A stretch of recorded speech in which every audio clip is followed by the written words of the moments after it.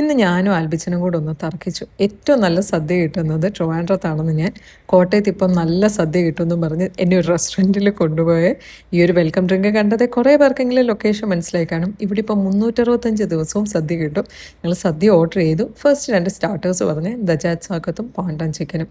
നല്ല flavourful juicy tender ചിക്കനായിരുന്നു കേട്ടോ പാണ്ടൻ chicken. Over masala ഇല്ലാത്ത നല്ലൊരു കബാബായിരുന്നു ദജാജ് സാക്കത്ത്. അപ്പോഴത്തേക്കും സദ്യ വന്നു. പച്ചടി, ഓലൻ, അവിയൽ, മെഴുക്കുവരട്ടിയൊക്കെയായിട്ടൊരു 10-12 കൂട്ടം കറികളുണ്ടായിരുന്നു. ട്രാവൻകൂർ സദ്യ ആണെങ്കിലും ചെറിയൊരു മലബാർ ടച്ചിന് നോൺ വെജ് ഉണ്ടായിരുന്നു. മുളകിട്ട നെമ്മീൻ കറി. സദ്യയുടെ മെയിൻ ആൾ ഇവനാ. സാമ്പാറും തോരനും അവിയലൊക്കെ കൂട്ടി ഒരുപാട് കഴിച്ചത് ഭയങ്കരമായിട്ട് അവന് ഇഷ്ടപ്പെട്ടു. മീൻകറിയും കൂടി ഒഴിച്ച് കഴിച്ചപ്പം അത് വേറൊരു കോമ്പിനേഷനായിരുന്നു. അമ്മയ്ക്ക് ഏറ്റവും ഇഷ്ടപ്പെട്ടത് ക്രാബ് റോസ്റ്റ് കേട്ടോ, അതൊരു മസ്റ്റ് ഐറ്റമാണ്. ആൽബിച്ച നൂൽ പൊറോട്ടയും ബീഫ് വരട്ടിപ്പൊളിച്ചത് ഓർഡർ ചെയ്തത്. ചെറിയുള്ളിലിട്ട് വഴറ്റി ഒരു സെമി ഗ്രേവി പരുവായിരുന്നു. അതൊരു മസ്റ്റ് ട്രൈ ഐറ്റം, കാരണം അത് എല്ലാത്തിൻ്റെയും കൂടി ഒരു പെർഫെക്റ്റ് കോമ്പിനേഷനായിരുന്നു. ഭയങ്കരമായിട്ടും ഇഷ്ടപ്പെട്ടു. അത് കഴിഞ്ഞ് ഞാൻ ചോറും മാമ്പഴപ്പുളിശ്ശേരിയും കൂടെ കൂട്ടി ഒരു ഊണ് കഴിച്ചു. വേറെ കറി ഒന്നും വേണ്ടായിരുന്നു. അത്ര നല്ല ടേസ്റ്റ് ആയിരുന്നു മാമ്പഴപ്പുളിശ്ശേരി. ഓവർ പുളിയില്ല, മധുരമില്ല, ഒരു പെർഫെക്റ്റ് ബാലൻസ്. അത് കഴിഞ്ഞപ്പോഴാണ് ഞാൻ ഈ ഒരു ചിക്കൻ ചെറിയുള്ളി തോരൻ ട്രൈ ചെയ്തത്.